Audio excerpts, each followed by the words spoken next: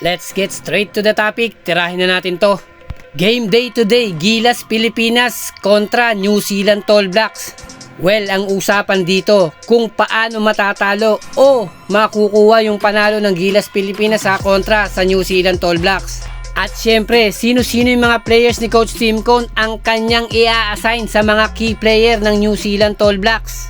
Na dito nga uunahin natin yung kanilang guard na si Taylor Britt. Playing in NBL New Zealand sa koponan ng Century Rams. Height nito 6'2". Umi-score to ng 16.3 points every game. Meron tong rebounds na 3.8 at assist na 6.4. Na meron din tong steal na 1.2. Na posibleng magpalitan dito ay si CJ Perez at Scottie Thompson. Na well known na nga po ang dalawang players na to sa kanilang hustleness at sobrang dikit at kulit magbantay. Pero may isa pang guard ang New Zealand. Veterano na to sa kanilang koponan na ilang ulit na rin pinadapa nito ang ating Gilas Pilipinas. At ito po ay si Corey Webster. Medyo may edad na pero talagang effective pa rin.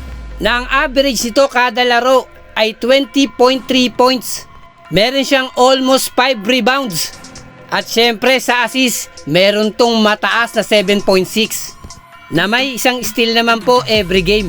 Nasa nakalipas nga na laban nito sa FIBA Olympic Qualifying Tournament na kung saan tinalo nila yung Croatia na mayroong dalawang NBA star na kumuha nga ito ng 21 points, 2 rebounds at 3 assists.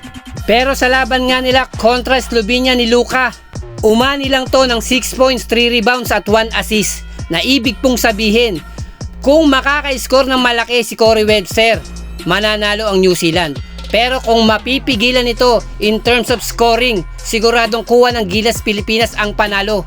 Na ito sigurado ang ibinigay na assignment ni Coach Tim Cone kay Chris Newsome, na kilala na bilang isang defensive player. Na proven na yan kung saan siya ang pumigil sa import ng Jordan noong Asian Game na si Rondae Hollis Jefferson. Na magiging kapalitan o katapikan ni Chris Newsome dito ay yung ating napakagwapong point guard o guard na si Dwight Ramos, na hindi rin matatawaran yung kanyang kakayahan bilang isang defensive player na talagang makikipagdikitan to at makikipagpalitan ng muka. Mapigilan at masira lang ang iyong laruan.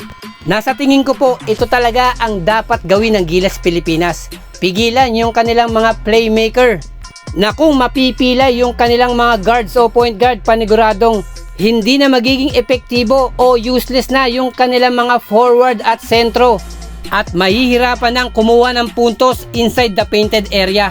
At fully aware dito si Coach Tim Cone na siguradong pinaghanda nito ng mabisang game plan at diskarte. Hindi lamang po yung mga guards at point guards, ganun din yung buong koponan ng New Zealand All Blacks.